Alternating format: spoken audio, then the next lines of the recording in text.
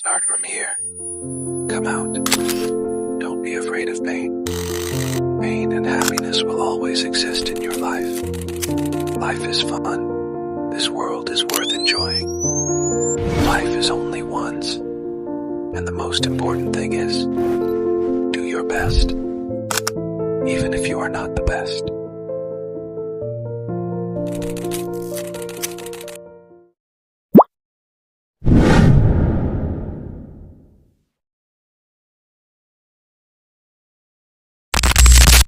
Jangan sedikit-sedikit bingung, khawatir, panik mengobati anak yang sakit dan akhirnya memilih pengobatan berdasarkan katanya.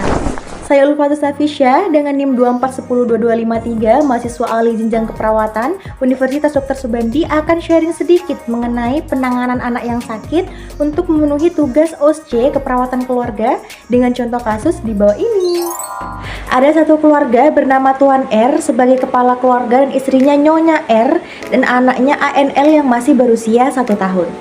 Ibu atau Nyonya R mengatakan anaknya mengalami diare. Diarenya sudah dialami selama 2 hari, BAB 7 kali dalam sehari, ada ampas, encer, anak rewel dan lemas, dan disertai dengan muntah sebanyak 3 kali. Sebelumnya, si ibu sudah mengobati anaknya dengan rebusan daun jambu biji berdasarkan saran dari sang ayah. Tetapi sang anak di sini semakin rewel dan mengalami muntah-muntah.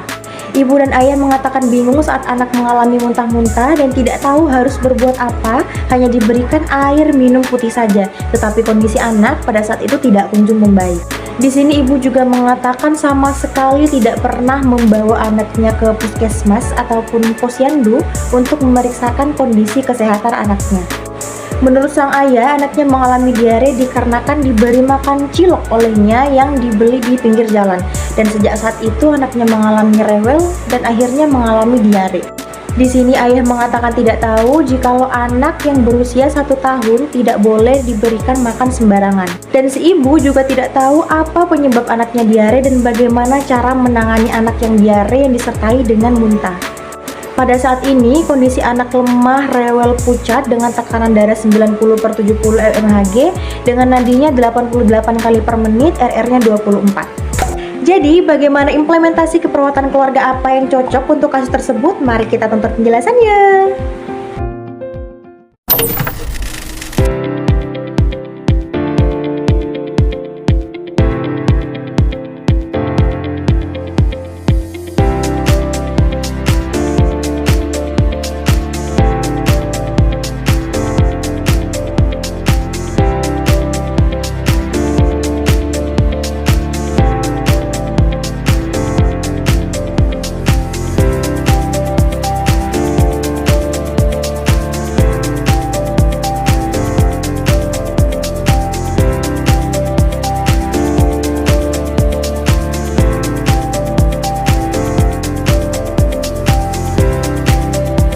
Assalamualaikum Pak Bu, selamat sore.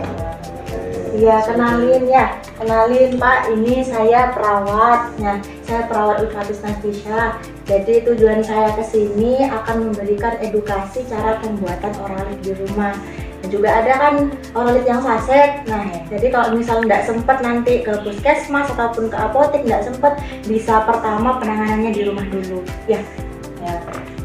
Ini saya punya leaflet, nanti bisa sambil dibaca, dibuka ya. Bisa sambil dibuka nanti pas saya jelaskan. Jadi biar lebih paham, biar lebih enak ya.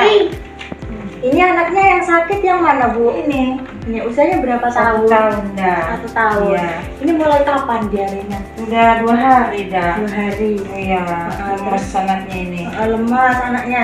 Berapa kali diarenya Bu? Dalam sehari 7 kali dah. Dan 7 kali. Iya, sambil muntah-muntah. Ada muntah juga. Iya. Gimana ini awalnya ceritanya? Kok sampai diare gitu? Gimana? Iya, Bapak pertama kalinya itu kasih cilok beli di pinggir jalan itu. Lama-lama harus diare itu, tahu-tahu yang kita bilang ini saya. Berarti awalnya dikasih cilok dulu, beli di pinggir jalan gitu ya? Iya. Terus tiba-tiba diare pulang-pulang. Iya. Terus di sini ada dikasih penanganan apa Bu sebelumnya? Dikasih daun jambu biji. Rebusannya atau rebusannya? Rebusan daun jambu biji. Iya, rebus. Gitu. Terus gimana hasilnya? Takut tambah muntah-muntah. Tambah parah berarti ya. Iya. Ya, nanti saya sekalian jelasin aja ya diarenya itu apa biar tahu. Iya. Soalnya ini kan jadi ibu kan gimana tuh bingung. Iya, kayak gitu. Biasanya juga kalau misal anak sakit, biasanya kan bingung ya harus gimana awalnya gitu ya. Kadang juga kan harus katanya kayak gitu. Jadinya anaknya malah tambah parah gitu ya. Iya. Nah ini coba dibuka dulu bagian depan. Nah, kayak gini Bu, dibalik ya. Nah, saya jelasin dulu. Jadi diare itu apa sebenarnya gitu. Terus baru lanjut ke pembuatan oralit gitu. Nah sebenarnya diare itu kan taunya BAB gitu ya, nggak tahu berapa kali sehari. Nah sebenarnya diare itu kalau anak yang sehat itu harus juga bebas dari diare. Jadi nggak cuma tinggi badannya yang tinggi, terus badannya yang besar kayak gitu. Jadi kalau misal anak diare sudah dikatakan anaknya kurang sehat gitu. Nah sebenarnya diare itu apa? Diare sebenarnya adalah berak encer. Jadi beraknya kalau normalnya kan nggak terlalu keras, nggak terlalu lembek gitu. Tapi ini kalau diare beraknya encer gitu. Dikatakan diare kalau sudah 3 kali dalam sehari, lebih dari 3 kali. Tadi anaknya berapa kali? 7 kali. 7 kali, berarti sudah dikatakan diare gitu. Nah, apa bahayanya diare? Kok bisa dikatakan anak sehat harus bebas dari diare? Ini bahayanya. Nah ini, jadi kekurangan cairan. Jadi kalau anak kekurangan cairan ini akan lemas ya. Kenapa kok bisa lemas? Karena kan diare nggak cuma ngeluarin makanan, dia juga ngeluarin cairan di tubuh gitu, sehingga anaknya lemas. Nah terus kalau anaknya lemas nanti akan kehabisan cairan. Terus potensi paling bahaya apa? Bisa meninggal kayak gitu. Kok bisa meninggal? Karena kekurangan cairan. Karena kan orang tua mikirnya kayak gini, yang penting makannya banyak, minum sedikit ya udah nggak apa-apa, bisa dari makan aja. Sebenarnya kurang bener. Gitu. Kalau misal deh gini, atau bapak atau ibu perjalanan jauh gitu, perjalanan jauh tapi nggak bawa air minum, cuma bawa makannya yang seret-seret kayak ramba gitu. Nah gimana rasanya? Kan nggak enak gitu ya, kan pasti haus terus. Nah itu itu sama kayak gitu. Terus dibalik, nah gini. Terus tadi gimana cara mengatasinya di rumah kalau misal nggak sempet atau jauh dari pelayanan rumah sakit atau puskesmas? Nah ini yang pertama ya, jadi bisa beri banyak minum. Nah kalau di rumah ternyata nggak cuma air aja, ini ada kuah sayur, ada kuah sop, ada air tajin, ini bagus. Terus ada sari buah, ada air teh, ada air matang. Nah kok bisa ini kuah sayur kok bisa jadi minum? Kan ada airnya gitu, kandungan air, kecuali kalau sayur aja gitu. Jadi persentase airnya kurang. Nah kalau misal ada oralit, bisa dikasih oralit. Nah ini oralitnya itu yang kemasan, gitu ya. Jadi aturannya kalau kurang dari 1 tahun ini 1/4 sampai setengah gelas dikasihnya. Tapi kalau 1 sampai 4 tahun ini setengah gelas sampai 1 gelas. Ini oralit yang saset yang dibeli di puskesmas gitu atau di apotik ya. Terus kalau di atas 5 tahun tuh 1 sampai 1,5 gelas gitu. Ya, ini caranya di bawahnya. Jadi cara menyiapkan oralit, jadi air matang, harus air matang. Kalau misal nggak matang ini kembung jadinya ya. Jadi 1 gelas, terus masukkan semua bubuk oralit 200 ml ke dalam gelas terus diaduk. Nah, ini saya bawa kemasannya, nanti saya sambil praktek aja ya. Ini Ibu ada gelas mungkin Bu? Ada, langsung diisi air lah. Ya boleh sambil diisi air, nggak apa-apa. Berapa? 1 apa 2? Ya, nanti yang di rumah, ini oralit yang di rumah. Nanti yang di apotik yang beli langsung, betul ya? Dipakai semuanya. Amit. Di sini. Jadi kalau misalnya Ibu nggak ada, ini kan saya sekalian praktik sama Bapak ya. Jadi Bapak bisa langsung gercep gitu. Jadi kalau anak kenapa-kenapa nggak harus nunggu. Nggak harus nunggu Ibu dulu, saya nggak tahu, nggak. Jadi semuanya harus ikut andil ya. Jadi kalau orang tua kan harus kontribusinya dua-duanya. Ya, nggak cuma salah satu ya. Nah ini oralit Pak. Ini yang bisa kita beli di apotik. gitu. Kalau misalnya kadang males gitu sibuk ya wanita karir atau sebagainya, bisa beli ini aja, nggak apa-apa. Jadi ini gelasnya disiapin sama air mateng, terus tinggal dibuka aja, dibuka terus bisa langsung dituang gitu aja, kayak mungkin ibu ya Semua mas iya tengah. semuanya, terus diaduk. Ini warnanya oranye, jadi kayak enggak bening. enggak, vitamin C juga isinya di sini. Ini rasanya ada kecut-kecutnya. Iya. Jadi anak biasanya suka. Itu apa? Ini oralit. Katanya oralit. Kalau adik diare nanti minum ini ya. Adik diare ini. Jadi kadang ada manisnya, ada kecutnya. Ini kalau orang dewasa langsung diminum. Tapi kalau anak kecil biasanya kan sulit. Jadi pakai sendok aja kayak gini. Ya. Kalau nggak mau di sendok, pakai sedotan bisa. Gitu. Dia mau minta? Ya. Ini oralit yang saset ya. Kalau Kalau misal misal yang enggak belian itu. mau yang Yang alami. Oke, jadi yang alami caranya ada gula, terus ada garam. Oh iya. Jadi kalau Airnya air apa itu? air matang sama. Iya, harus air matang juga. Karena kalau air yang nggak matang tuh kan banyak bakterinya. Air Jadi matang hangat apa air matang dingin? yang biasa. Oh. Jadi sudah nggak yang ditaruh di air es enggak. Jadi yang biasa aja. Ya. Caranya kita siapkan 1 sendok gula. Ini saya ambil ya Bu ya. Iya, iya. Gula. Sendok ya. Iya 1 sendok. Terus habis itu taruh di sini. Sudah.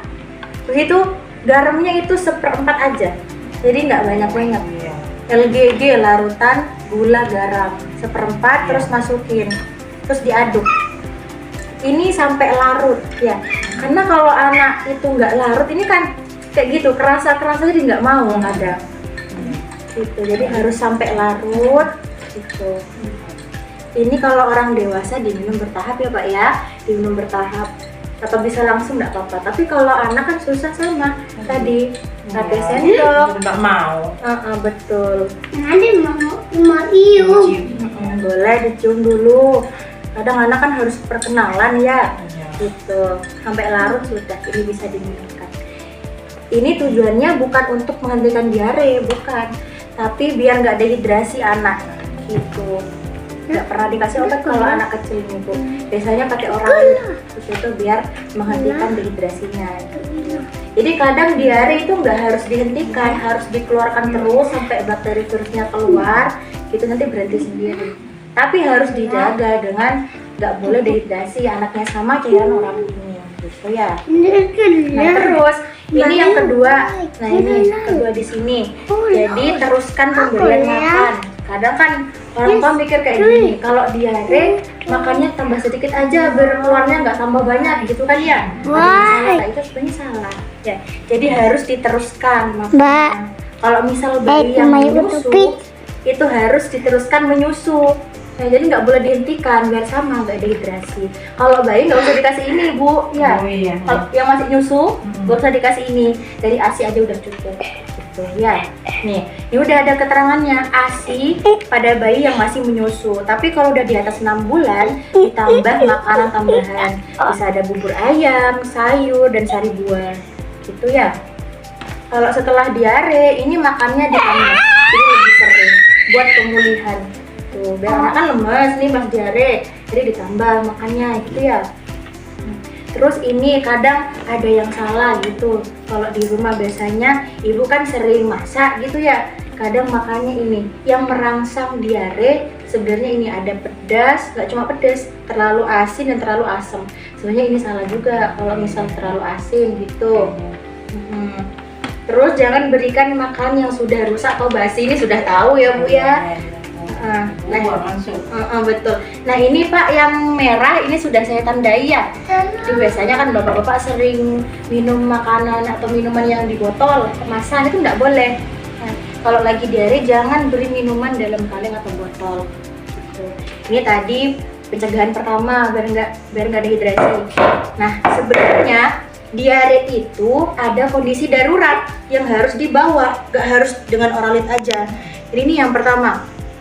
diarenya terus-menerus, terus muntah berulang, hausnya berulang. Ini kalau sudah haus berulang berarti sudah dehidrasi. Biasanya anaknya cekung matanya di sini, lemas, terus kulitnya ini udah nggak elastis. Kalau ditarik ini nggak cepat baliknya. Gitu. Terus makan dan minum sedikit. Makan minumnya sedikit, terus demam, terus ada darah dalam tinjaknya. Jadi BAB-nya ada darahnya. Itu juga harus langsung dibawa ke puskesmas atau rumah sakit apabila tidak membaik dalam 3 hari. Nah, terus cara mencegahnya gimana? Yang pertama, gunakan air bersih. Ini Bapak sama Ibu sudah tahu ciri-cirinya air bersih seperti apa? Belum tahu. Jadi saya kasih tahu ya. Jadi air bersih itu 3B. Jadi B, tidak berwarna, kemudian tidak berbau, dan tidak berasa. Itu ditandakan air bersih. Jadi kalau misalnya bening nih tapi ada rasanya, entah rasa apa gitu ya, berarti itu nggak masuk air bersih. Kadang kan warnanya kuning tapi rasanya hambar. Nah itu juga bukan termasuk air bersih. Terus cuci tangan dengan sabun dan air mengalir. Ini anak harus dibiasakan Pak Bu ya. Jadi sebelum makan dan sesudah makan ya harus dibiasakan cuci tangan. Kadang ini yang bikin diare, jadi ada kuman yang masuk di sela-sela kuku atau jari. Terus kalau berak harus dijamban. Di sini ada WC, punya WC-nya iya. Jadi diajari anaknya ya. Nah, diajari toilet training. Jadi BAB di WC, terus membuang tinja bayi di jamban. Jadi buang tinja bayinya, kotorannya harus di WC juga. Jangan di tempat sembarangan terbuka, itu nanti bakterinya ke bawah angin gitu ya. Terus ini yang harus diperhatikan lagi yang terakhir, ini adalah pemberian ASI. Jadi seperti tadi, kalau bayi tuh ASI-nya harus 6 bulan tanpa makanan tambahan gitu. Terus MPASI ini kalau sudah 6 bulan lebih, terus imunisasi campak. Jadi pentingnya itu. Mungkin dari sini Bapak Ibu ada yang mau ditanyakan? Sudah jelas semua dah. Sudah jelas. Kalau gitu kan saya tadi sudah jelasin. Nah, coba saya tanya sekarang nih ya. Jadi coba Bu, jelasin ya tadi diare itu apa sih Bu sebenarnya? Yang kata saya tadi. Nggak apa sambil dibuka buat ingat-ingat nggak apa-apa. Diare sebenarnya itu apa tadi? Mengeluarkan apa cairan berak, BAB-nya iya, cair. Dikatakan diare kalau sudah berapa kali? 7 kali dah. 3 kali lebih iya. Dikatakan diare gitu. Penanganan pertama pada diare biasanya dikasih apa? Dikasih oralit. Oralit dulu ya. Oralit ada 2. Yang pertama bisa dibeli di apotik, terus yang kedua bisa dibuat di rumah. Nah, ini lebih praktis sebenarnya ya. Nah, gitu.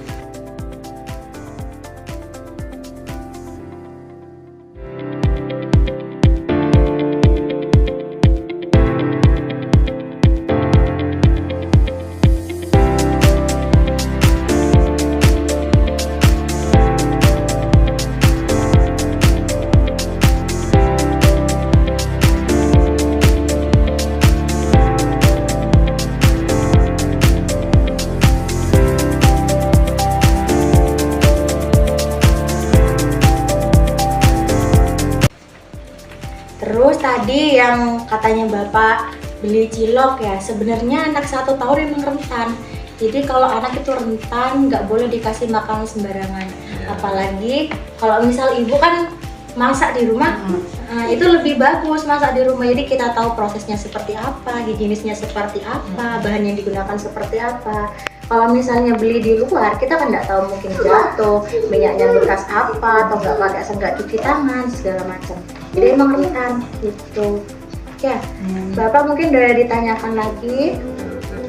Nah, kalau gitu sudah jelas ya. Jadi ini oralitnya. Ini saya ada 1 lagi oralit. Nah ini nanti bisa buat adiknya ya. Semoga bermanfaat, semoga adiknya lekas sembuh juga. Amin. Nah, sekian dari saya akhirin ya. Assalamualaikum warahmatullahi wabarakatuh. Terima kasih ya Pak Bu ya. Terima kasih Pak. Terima kasih Bu.